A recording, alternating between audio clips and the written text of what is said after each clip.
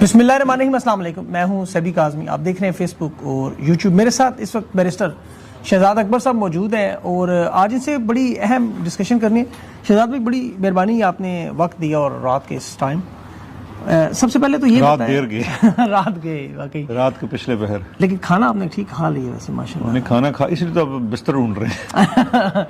अच्छा शहजाद भाई, अभी आज 2-3-4 अहम डेवलपमेंट्स हुए। एक तो IMF की जो रिपोर्ट आई है, आप खान साहब के मशीर भी रहे हैं, उस दौर में करप्शन का एक बड़ा मामला, रिकवरीज का मामला, फिर जो अभी रिसेंटली रिपोर्ट है। सबसे पहले तो ये बताइए, क्या वाकई एक चार्ज शीट है इस मौजूदा हुकूमत की, या ये बराह रास्त फील्ड मार्शल साहब की नाकामियाँ हैं SIFC की? आप इस दोनों चीज़ों को कैसे देख रहे हैं? एक तो इसके साथ ही ऐड कर लें कि क्या ये 3 महीने पहले की रिपोर्ट जनवरी में बनी हुई अब लाने का मकसद क्या हो सकता है? देखें, इसको 2-3 चीज़ें हैं ना। पहली बात है कि करप्शन जो है पाकिस्तान के अंदर एक ऐसा पैंडेमिक है जो किसी एक हुकूमत के साथ सख्त सिर्फ जोड़ना जो है ना, वो मेरे ख्याल है करप्शन के साथ ज्यादती जी होगी। बिल्कुल। पाकिस्तान में करप्शन जो है वो बड़े अरसे से एक बहुत बड़ा नासूर है। इसी वजह से इमरान खान ने अपनी जमात का जो मंशूर रखा और जब से पहले शुरू की वो थी एंटी करप्शन के ऊपर ना। तहरीक इंसाफ जो है, खान साहब जो है, इस माशरे के अंदर फैली हुई करप्शन के खिलाफ उन्होंने जमात शुरू की। दूसरा ये है कि अगर हम ये कहें कि ये सिर्फ इस हुकूमत के खिलाफ चार्जशीट है तो वो भी पूरी दुरुस्त बात नहीं होगी। और अगर हम ये कहें कि ये जो IMF की रिपोर्ट है, जिसने बेसिकली IMF की रिपोर्ट तो देखें ना, आपके पूरे एक गवर्नेंस के सिस्टम के ऊपर, आपके फाइनेंशियल उसके ऊपर होती है, वो करप्शन के ऊपर नहीं होती है, वो करप्शन इंडेक्स नहीं है। लेकिन इस रिपोर्ट ने बेसिकली पाकिस्तान के मसाइल के अंदर सबसे बड़ी चीज़ जिसकी निशानदेही की है वो करप्शन है। इसी तरह से अगर हम ये कहें कि ये फील्ड मार्शल के खिलाफ चार्जशीट है तो वो भी पूरा सच नहीं होगा, क्योंकि अगर मैं जब उस 186 या 84 सफ़ों की रिपोर्ट को पढ़ता हूँ तो मुझे उसमें से सबसे बड़ा कल्प्रेट निकलता है, जिसको हम अक्सर लोग जज्बात में आके कह देते हैं कि ये जनाब हमारी फ़ौज है, ये हम बड़े अच्छे लोग हैं। रिपोर्ट ने बेसिकली आपके यहाँ सिस्टमेटिक जो प्रॉब्लम है उसकी निशानदेही की है। उसने कहा है कि इधर जो अकरबा परवरी है वो सिर्फ अब ख़ानदानों तक महदूद नहीं रहेगी कि अगर नवाज शरीफ है तो हसन नवाज तरक्की कर रहा है और शहबाज शरीफ है तो उसका सलमान शहबाज तरक्की कर रहा है। वो ये कह रही है कि इंडिविजुअल्स तो हैं ही हैं, यहाँ पे जो ऑर्गेनाइजेशंस हैं, यानी कि फ़ौज का तसल्लुत है, इसमें तो दो राय नहीं रह गई है पाकिस्तान में। जी बिल्कुल। और फौज के तसल्लुत में सबसे ज़्यादा जो चीज़ पनप रही है वो फौजी कारोबारी इदारे हैं। फौजी फाउंडेशन मिलबस जो है, हाँ, मतलब देखें ना, फौजी फाउंडेशन है, अस्करी है, DHA है, वो फ्लरिश कर रहे हैं। और वो जो प्राइवेट इदारे हैं और वो जो प्राइवेट, चाहे वो इंटरनेशनल क्यों नहीं है, वो अपनी दुकान बंद करके जा रहे हैं। तो जिसकी वजह से क्या हो रहा है कि आपके यहाँ इकोनॉमिक ग्रोथ नहीं हो रही, GDP को बहुत ज़्यादा नुकसान हो रहा है इस वजह से, क्योंकि एक तो करप्शन है लेन देन, किकबैक, कमीशन, दूसरी करप्शन है इंस्टीट्यूशनल करप्शन। मिसाल के तौर पे अगर एक जगह पे कोई प्राइवेट लैंड होल्डर जाके कब्जा करके रियल एस्टेट बनाता है तो वो जेल जाएगा, जबकि DHA वो करेगा तो उसको 23 मार्च को तमगे भी मिलेंगे। बिल्कुल सही बात। और इसी तरह से जनाब फौजी फाउंडेशन वाले का बिजनेस फ्लरिश करेगा और उसका जो कंपेटिटर है उसकी दुकान बंद करके उसको वापस बाहर मुल्क भेज दिया जाएगा। बिल्कुल। अच्छा, ये जो एक तासुर, अमूमी तासुर पाया जा रहा है कि 3.5 साल का हुकूमत का नॉर्मली वक्त होता है अगर आप पूरी तारीख को देखा जाए, तो अब ये शहबाज शरीफ की हुकूमत देखिए, PDM वगैरह ये मिला के टाइम फ्रेम तो तकरीबन टाइम इनका ऑलमोस्ट पूरा, फिर लंदन प्लान किस्ते, वो जो एक अमूमी तासुर बना हुआ है।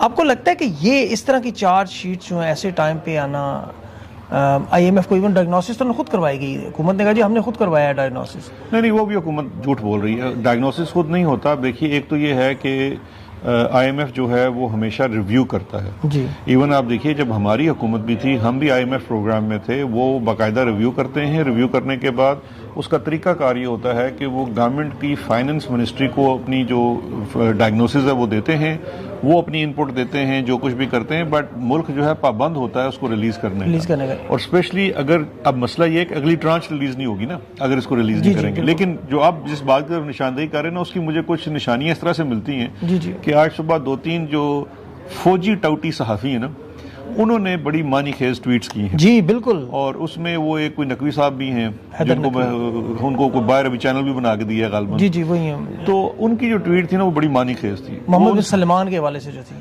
हाँ जी, उन्होंने कहा पाकिस्तान में वो निज़ाम चलेगा और अब वक्त आ गया कि इनको चलता किया जाए। तो लगता ये है कि अब 2 चीज़ें हैं। अब देखिए, इसमें से 2 बातें निकलती हैं। एक बात तो ये है कि वाकई ही डंडोरा पीटा जा रहा है कि चले इन्होंने पर्पस सर्व कर दिया, इनको चलता करें, अब किसी नए को लेके आते हैं। दूसरा ये है कि चूंकि अब 27वीं के बाद 28वीं तरमीम भी पास करानी है, तो जरा इनको Pressure डलवा डराओ, डराओ ना, क्योंकि हो सकता है इनके अंदर से जमहूरियत जागे, गैरत जागे, ज़मीर जागे, तो थोड़ा डर जाएंगे, वो कहेंगे नहीं अच्छा जी जो कहते हो कट कर लो। वैसे आप मुश्किल ही है ये जमीन में जागना कि हो सकता है। मरी हुई चीज़ कहाँ जाग सकती है, उसके लिए तो कोई ईसा चाहिए ना। बिल्कुल। ये मरियम नवाज साहिबा के ये जो लंदन प्लान के बारे में ये जो आपने बात की, जो साबिक DGI के हवाले से भी, मैं तो नाम नहीं लिया कोई। ये तो आपकी क्या सराइयाँ हैं। मैंने भी नाम नहीं, मैंने कहा साबिक DGI। तो अभी ये इनके साथ वाकई इतना ज्यादा उनके मतलब करीबी ताल्लुकात थे या हैं? नहीं, देखिए आप इस तरह से देखें ना कि करीबी ताल्लुकात क्या होते हैं। करीबी ताल्लुकात सर इस तरह से होते हैं, हमने पाकिस्तान में देखा है कि आप ओहदे पे हैं तो आप तो मेरे सगे रिश्तेदार हैं, अजीज हैं, सब कुछ है।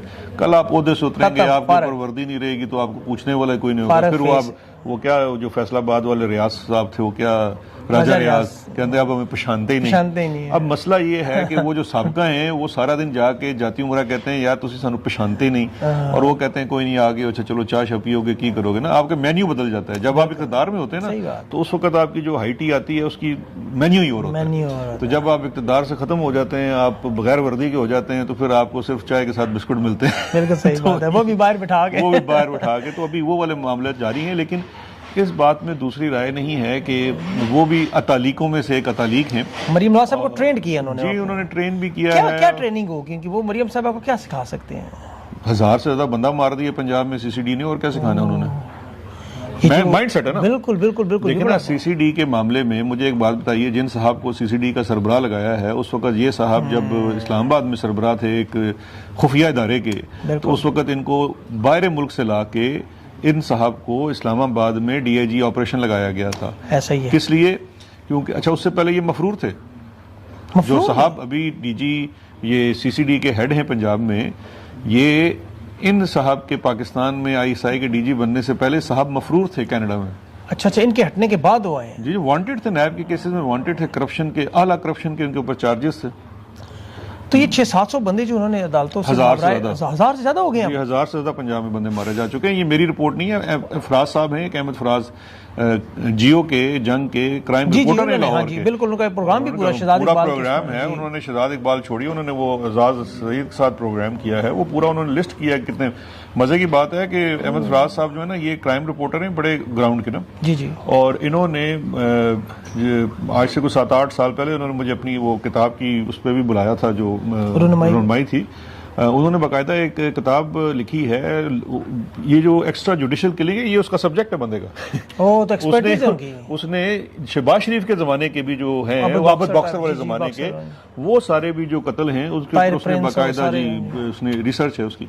अच्छा, ये अभी इमरान खान साहब के जो मामला चल रहे हैं, इस पर भी थोड़ी सी बात करनी चाहिए। ये जो तहरीक इंसाफ का खैबर पख्तूनख्वा से सुहेल अफरीदी का लगाना, और बड़ा जिस तरह खुल के आपको बयानात आपने देखे हैं उनके सारे, जिस तरह बड़ी एग्रेसिव किस्म, मतलब जो बयानात अवाम एक्सपेक्ट कर रही थी। एक ये मामला, और दूसरी तरफ से इमरान खान की मुलाकातें ना होना, 17-18 दिन से कैद तन्हाई में रखना, ये आपको क्या लगता है क्या करना चाह रहे हैं? इनके माइंड में क्या हो सकता है? क्योंकि आप तो बड़ी इनकी ज़हनियत को बड़ी अच्छी तरह जानते हैं। दो चीज़ें ना, आपको गेम प्लान पहले से पता था। ये तो मैं जिस दिन नवंबर चढ़ा था तो मैंने लोगों को यही कहा था कि जी इमरान खान साहब को कैद तन्हाई में डाल दिया जाएगा। उसकी बुनियादी वजह ये है कि अगर इस वक्त पे देखिए, जिस वक्त जुडिशल पूरे एक इंस्टीट्यूशन को ख़त्म कर दिया गया, मलियामेट कर दिया गया, इसके साथ साथ आपने आइन को मस कर दिया, आपने बुनियादी इंसानी हकूक बर्बाद कर दिए ना। देखिए बुनियादी इंसानी हकूक जो थे वो आर्टिकल 184 के तहत प्रोटेक्टेड थे कि मेरा अगर कोई बुनियादी इंसानी हक मुतासर होगा तो मैं सुप्रीम कोर्ट तक जा सकता था। उन्होंने डिलीट कर दिया है। उन्होंने देखे ना लिख दिया है कि वो आर्टिकल 184(3) डिलीटेड है from supreme court. Federal constitutional court क्या करेगी किसी को नहीं पता।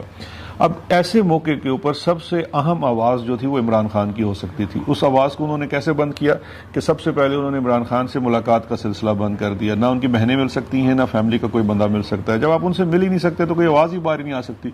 कॉमेंट देखिए ना, इमरान खान साहब ने किस तरह से पूरी कौम को 2-3 सालों में हर अहम मौके के ऊपर उनकी एक इस वक्त स्टेटमेंट ही है ना, एक सियासतदान तो कोई बंदूक लेकर चढ़ाई तो कर नहीं सकता। जी बिल्कुल।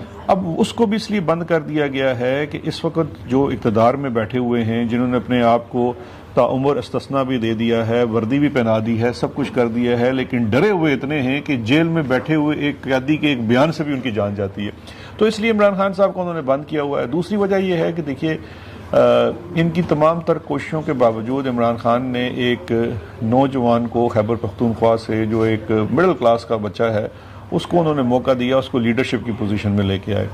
और उसकी लीडरशिप की पोजीशन में आते साथ ही जो पूरे डिज़ाइन है इस्टेब्लिशमेंट का विज़ावी केपी जी, और उसके साथ बॉर्डर के ऊपर सा, वो सारे का सारा जो है ना वो मलियामेट हो गया। तो अब ये है कि अगर उसकी मुलाकात हो जाती है इमरान खान साहब से, तो आप यकीन जानिए 15 मिनट की एक मुलाकात ही काफ़ी होगी अगले 2 साल का तिगनी का नाच नचाने के लिए। अच्छा, सुहेल अफरीदी की एक मुलाकात आपको लगता है 15 मिनट की? देखो, वो सुहेल अफरीदी कोई इंडिविजुअल नहीं है। सुहेल अफरीदी जो है वो आपकी अगली जनरेशन है। मैं कोई उस तरह से नहीं हूं कि मैं कहूँगा यार ये फलाना बंदा बहुत अच्छा है तो फलाना बुरा है, ये नहीं, ये ऐसा नहीं होता। ये हालात होते हैं, वाकयात होते हैं और आपके सर्कमस्टांसेस। सुहेल अफरीदी रिप्रेजेंट करता है पाकिस्तान की 65% यूथ को। बिल्कुल ऐसा ही ठीक है। वो जो यूथ है ना, वो तो घर प्योद ही नहीं सुनते, तो वो किस तरह से ये पुराने बाबों की बात सुनेंगे? मतलब आपको लगता है खान की तरफ से कोई ऐसा स्टेटमेंट आ जाता है, फॉर एग्जांपल डायरेक्शन है ना, देखिए डायरेक्शन इस तरह की, कप्तान है ना, कप्तान ने बताना है फलाने को भाई आपने इस पोजीशन पे खेलना है, ये करना है। उसको जब डायरेक्शन मिल जाएगी तो जवान वो डट जाएगा, वो अपनी डायरेक्शन पे खेलेगा।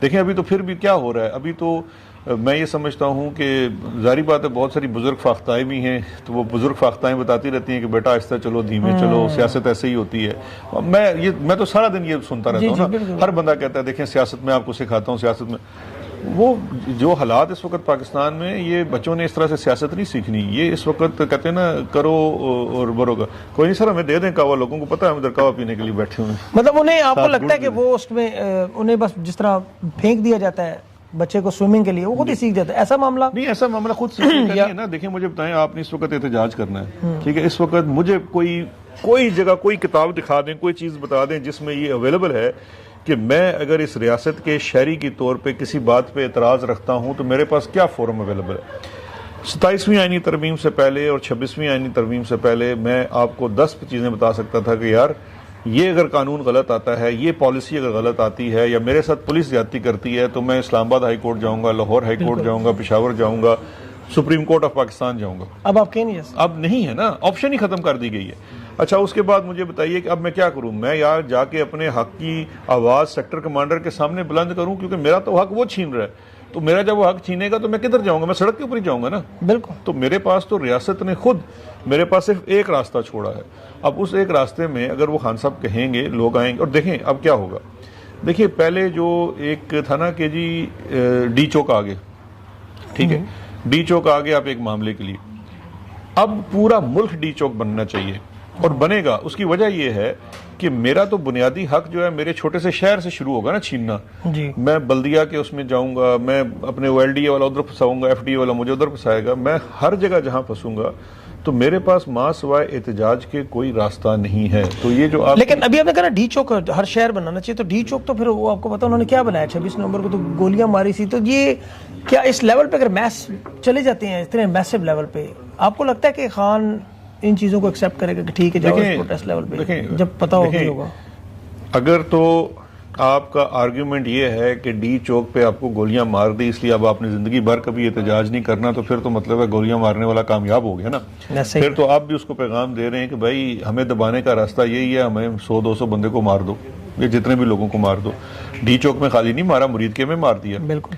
आईनी तरमीम लाने से कुछ हफ्ते पहले उन्होंने एक मजहबी सियासी जमात के बंदों को, मतलब समझ ही नहीं आती कि किस बात के ऊपर उनको मार दिया गया और जिस तरह से लाशें गायब कर दी गई। अब ये जो ट्रेंड है रियासत का, अगर आप ये रियासत को करने देंगे तो फिर रियासत को तो पता चल गया कि ये तरीका है। तो आप फिर इस चीज को स्प्रेड आउट करें। बिल्कुल। देखें ना, आप निकलिए, आप हर शहर में निकलें, हर गली कच्चे में निकलें, कितने लोगों को मारेंगे? सही बात। अच्छा, बहुत से लोग ये सुन रहे होंगे जो खासतौर पर एस्टेब्लिशमेंट के हामी, अस्करी, साफी, ये इंटरव्यू सुन भी रहे हो, वो जब कहेंगे कि ओ ये तो बाहर बैठे हुए हैं, और जी इनकलाब लो, बाहर निकलो, खुद बाहर बैठे हैं, यहाँ गोलियां में मारने के लिए भेज देते हैं। देखें, हर किसी के सर्कमस्टांसेस अलग होते हैं, हर किसी के हालात अलग होते हैं। जो भी बाहर बैठे हुए ना, वो किसी अपने शौक से बाहर नहीं बैठे हुए, क्योंकि अगर आप ये आर्गूमेंट मांग लेना कि खुद भी बाहर बैठे हुए, तो हमारे सबके सामने मिसालें मौजूद हैं। अरशद की मिसाल हमारे सामने मौजूद है, किस तरह से उसके लिए पाकिस्तान में जीना मुश्किल किया गया।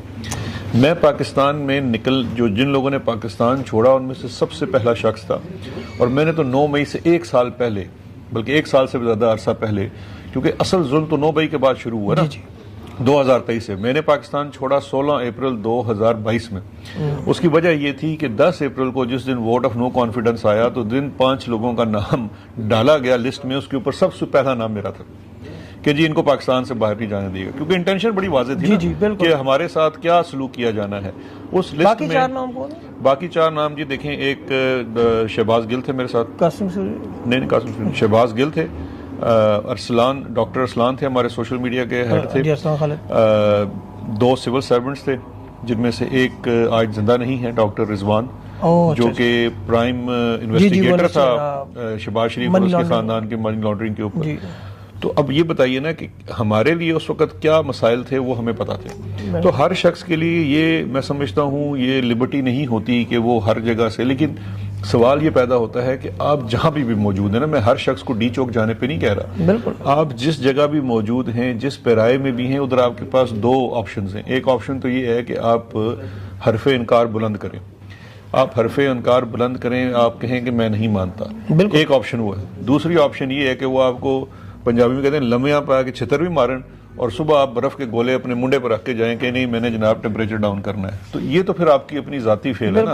आपका आप कहें कि यार तुम जालिम हो, मैं तुम्हें नहीं मानता, और मैं अगर मैं लिख सकता हूं तो मैं लिखूंगा, मैं अगर बोल सकता हूं तो मैं बोलूंगा, अगर मैं नारा बुलंद कर सकता हूं मैं नारा बुलंद करूंगा। ये तो हर किसी की जितना कंट्रीब्यूट कर। और वैसे भी इसमें शहजाद भी देखा जाए तो सफर कौन कर रहा है, असल सफरिंग जो है वो लोग जहां मौजूद है, जिनकी नौकरियां जा रही हैं, जो रोजगार नहीं है, मईशत खराब, तकलीफ तो उनकी है असल में।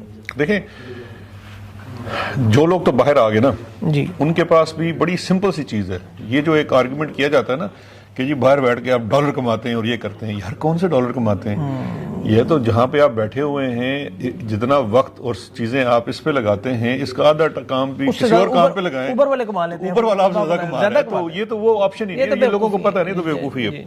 तो दूसरा ये है कि हमारी जो है ना एजुकेशन, हमारी तो एक ऑप्शनल है। देखिए मेरी है, आपकी है, आप ऑस्ट्रेलिया से आए हैं, मैं बरतानिया में 3.5 साल से रह रहा हूँ, और लोग हैं यहाँ पे जो रह रहे हैं, ये तो ऑप्शनल है ना कि यार देखिए हम चाहें तो हम अपनी आंखें बंद कर लें उसकी तरफ से, हमारे लिए तो दरवाजे बंद कर दिए गए ना। मुझे तो पता है कि मेरे लिए ये फौज और ये रियासत मुझे वापस नहीं आने देगी, तो ठीक हो गया, तो मेरे लिए बड़ा आसान है कि मैं यहाँ की अपनी जिंदगी गुजारना शुरू कर दूं। मैं तो यहाँ प्रोटेक्टेड भी हूँ, सब कुछ है, सही बात है, लेकिन मेरे लिए ऑप्शन है। जो बंदा पाकिस्तान में है ना उसके लिए ऑप्शनल नहीं है, उसके लिए अब ये जिंदगी और मौत का मसला बन चुका है, क्योंकि उसका रोजगार फंस गया है, उसकी जो है ना लाइवलीहुड फंस गई है, उसकी जानो माल को तहफ़्फ़ुज़ नहीं है।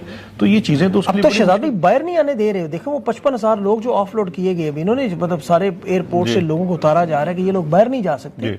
आप बाकायदा वीजा लेके पैसे दे के टिकट दे के जाना चाहते हैं सिर्फ इस वजह से। मैंने वो पूछा एक डीजी साहब से, मैंने कहा क्यों लोगों को उतार रहे हैं? उसने कहा आप लोगों की वजह से। मैंने कहा हम लोगों की वजह से? कहते जो आप लोग कहते रहते ना जी वो सारे भाग रहे हैं, सारे भाग रहे हैं, अब भाग के दिखाएं।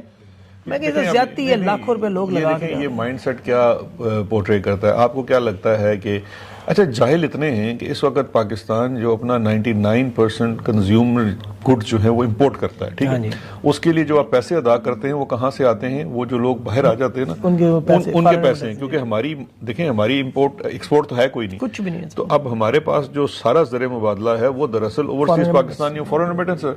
अब वो फॉरेन बंदा जाएगा नहीं तो रेमिटेंस कहाँ से आएगी? मतलब बेवकूफ इतने हैं ना, वो आसमा जहांगीर वाली बात है कि डफर्स है, डफर्स। लेकिन दूसरी तरफ जब ये निकलते हैं तो फिर हम गिला भी करते हैं जी सारे ब्रेन ड्रेन हो गए, सारे चले गए। ये कोई प्लान नहीं है लोगों को भेजने का, ना बस जो जा रहे हैं निकल रहे हैं। मुझे बताएं कि एक जो मुल्क है जिसकी 250 मिलियन आबादी है, उधर से अगर 50 मिलियन चले भी जाते हैं तो काहे का ब्रेन ट्रेन हो गया, और वो जो ब्रेन वहां पड़ा हुआ है उसकी आप यूटिलाइजेशन क्या कर रहे हैं? ब्रेन वाकई उधर तो बेचारे नहीं, मुझे बताएं ना, आप इस वक्त मुल्क में कोई ओहदा है, कोई बिजनेस है, मास वाय वहां पे मेजर, कर्नल, ब्रिगेडियर, जनरल के अलावा अगर कोई मुझे आपने बताया हो कि यार आपने हम ये फलाने लम्स का ग्रेजुएट था या फलाने इंस्टीट्यूट का ग्रेजुएट था, उसको हमने ये पोजीशन दे दी या वो कर दी, उसने वो कर दिया, वो तो बेरोजगार फिर रहा है। बिल्कुल बिल्कुल सही बात, सारे ओहदों पर रिटायर्ड लगा दिए। तो ब्रेन ड्रेन ये हो रहा है कि फौजी जब रिटायर होता है और चंगा माल बना लेता है तो वो भी तो इधर आता है ना। हाँ, वो भी बाहर जाते हैं। हमारे इधर लागे बागे कितने जो सारे फौजी मतलब। ये खान साहब की एक बड़ी जो भी रिसेंटली एक मैंने आपकी ट्वीट पढ़ी हुई, मुझे बड़ी मुतासिर से हुआ, जो एक मुफाहमत का रास्ता, मतलब जो डील वाला, जो बड़ा आपको पता है ईजी है, बड़ा आसान है बज़ाहिर इन हालात में, आजमूदा है।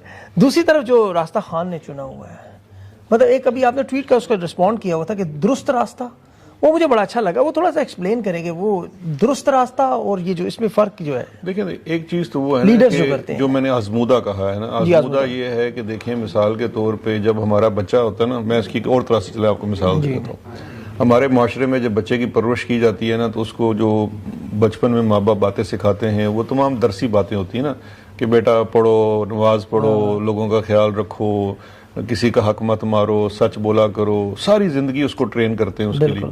कल जब वही बच्चा बड़ा हो के कोई अच्छे ओहदे पे चला जाता है, या चलो सियासतदान भी बन जाएगा या कुछ बन जाएगा, तो फिर वही आके उसको समझाते हैं बुजुर्ग सारे कि बेटा बन गया तो कुछ बना ले।